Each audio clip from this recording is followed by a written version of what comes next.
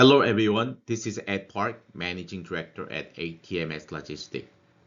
Following the court ruling declaring certain IEEPA-based duties unlawful, many importers are asking, will the duties now be refunded automatically? Let me give you the conclusion first.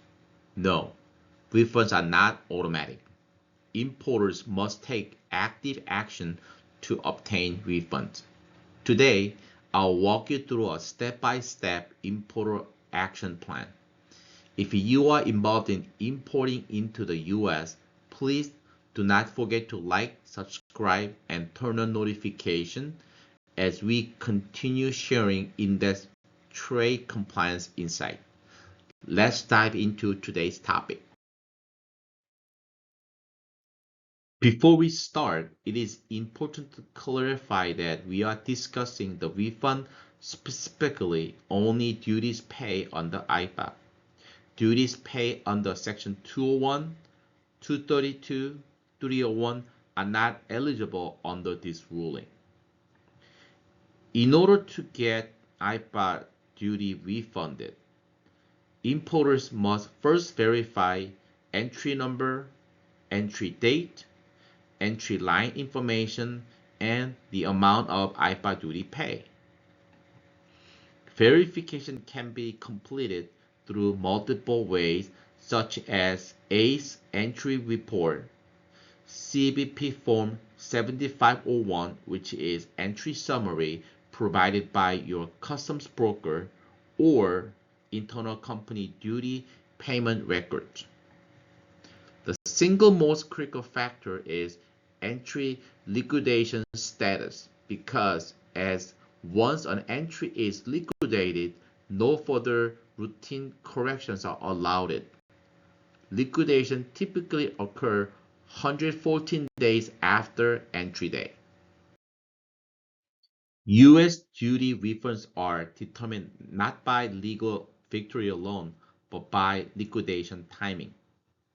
There are three different routes to get your duty refund depending on liquidation status.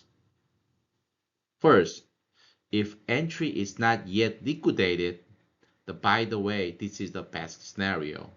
You have to submit a post-summary corrections. Results can be removal of unlawful duty, CBP recalculation, and refund process automatically. The fastest refund path available.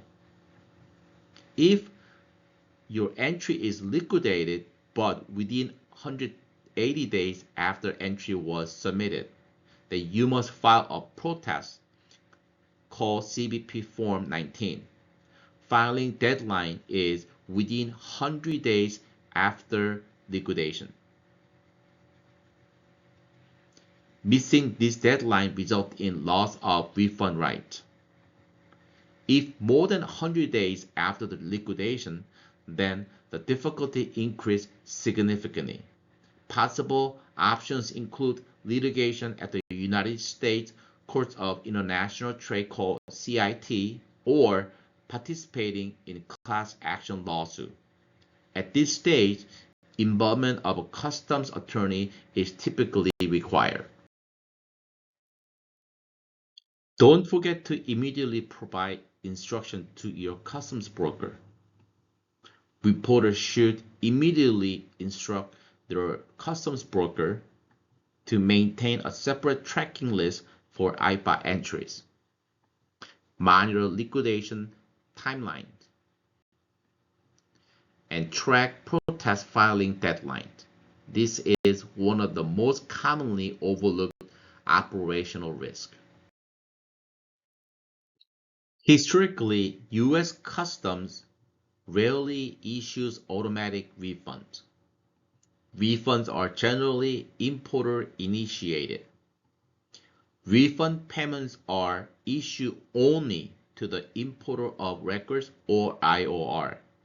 If imports were made under another party's name, that party received the refund, not you. On the DDP transactions, the exporter may legally receive the refund instead of importer. Please Make a note that you as an importer actually pay the duty. Thus, contact your supplier immediately and settle an agreement regarding duty refund.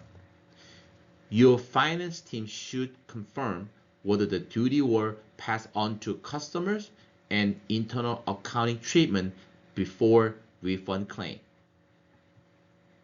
Additionally, CBP no longer issues refund checks. Refunds are processed only via ACH electronic transfer. Requirements are registered in the ACE portal, but you have to submit ACE application in order to do so. Then input banking information under the legal importer of record account. Based on what we went over today, here is a critical action list. First, establish ACE account and ACH refund setup. Then, identify all IEEPA affected entries. Confirm liquidation status. Evaluate post-summary correction eligibility. File protest within 180 days if applicable. Coordinate with your customs broker or trade attorney.